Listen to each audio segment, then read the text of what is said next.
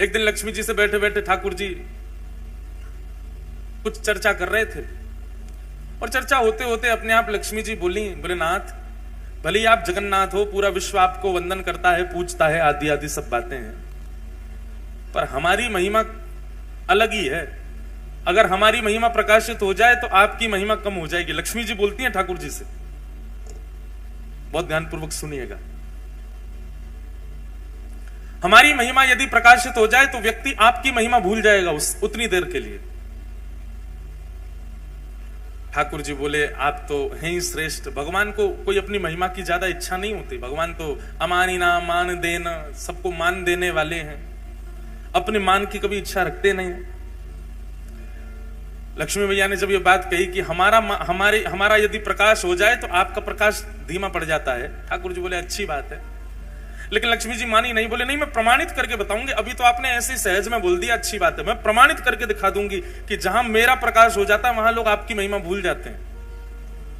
भगवान बोले नहीं, आवश्यकता नहीं। बोले नहीं आवश्यकता, मैं तो करके दिखाऊंगी। तो ठीक है। एक व्यक्ति की शव यात्रा जा रही थी, सब लोग उस शव को लेकर के जा रहे हैं। राम नाम सत्य है, गोविंद नाम सत्य है, गोपाल नाम सत्य है। लक्ष्मी जी ठाकुर जी से बोली, देखो आपकी महिमा। सब जा रहे हैं लेकर के ठाकुर जी को,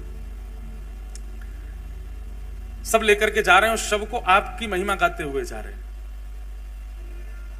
देखो अब मैं अपना प्रकाश कर दूं। बोले करो। इतने में ही लक्ष्मी ने धन वर्षण कर दिया। आगे सोना चांदी गिरने लगे, आकाश में वर्षा हुई, सोने के सिक्के गिरे। जैसे ही सोना का सिक्का गिरे, महाराज जितनी शव यात्रा में चल रहे थे भगवान नाम गाते हुए, सब दौड़े जाकर के सिक्का बटोरने लगे। 4 लोग रह गए केवल वो अर्थी पे। उन चारों के मन में आया, बोले कि भैया इतना सारा धन गिर रहा है, राम नाम सत्य बोलना तो सब बोले ही गए। अर्थी वालों ने भी सोचा थोड़ी बहुत देर की वर्षा है, इकट्ठा कर लें, फिर तो पिताजी को ले ही जाना है शमशान। उन्होंने अर्थी नीचे धर दी, वो भी दौड़े, उन्होंने भी जाके सिक्का बटोरे, जेब में भर लिए अपने। लक्ष्मी जी बोली, ये है मेरी महिमा। अंत काल में किसी को लेकर के जा रहे हैं, आपका नाम गाते हुए जा रहे हैं, लेकिन मेरी महिमा के आगे देखो, आपके नाम की महिमा भी फीकी पड़ गई। ठाकुर जी जगन्नाथ जी मंद मंद मुस्काए, मंद मुस्कुरा करके बोले, सुनो देवी, ये सब तो भगे, वो अर्थी वाला क्यों नहीं भगा? जय हो पधारो। वो अर्थी वाला क्यों नहीं भगा? ये सब तो भागे हैं, वो एक व्यक्ति क्यों रह गया? महिमा है तो सब पे होनी चाहिए, आपकी सब पे बरसनी चाहिए।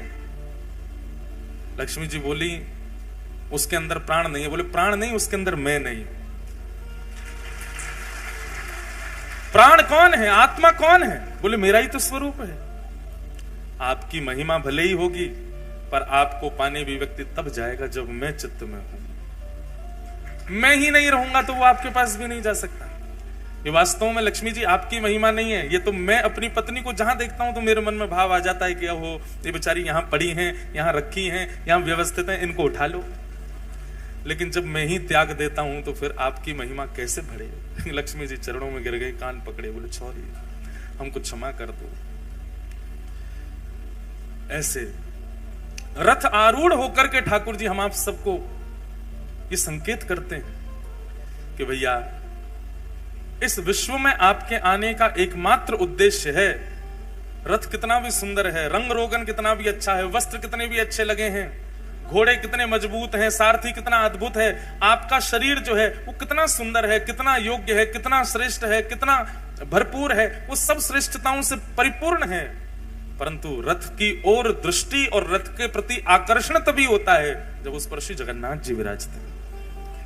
बोले तुम्हारे माथे पर जिस दिन उर्ध्वपुंड विराजमान हो जाएगा, जिस दिन कंठ में कंठी माला तुलसी की विद्यमान हो जाएगी, हाथ में नाम जप माला आ जाएगी और मुख पर निताई गौर हरि बोल, निताई गौर राधे श्याम जपो हरे कृष्ण हरे राम, जब मेरा नाम संकीर्तन होगा तभी तुम्हारी महिमा है। और जिस दिन मैंने तुम्हारा त्याग कर दिया उस दिन ही जीर्ण हो जाना है, उसी दिन ही टूटना प्रारंभ हो जाना है तुम्हारा। इसलिए मुझे धारण करो, मुझे विराजमान करो,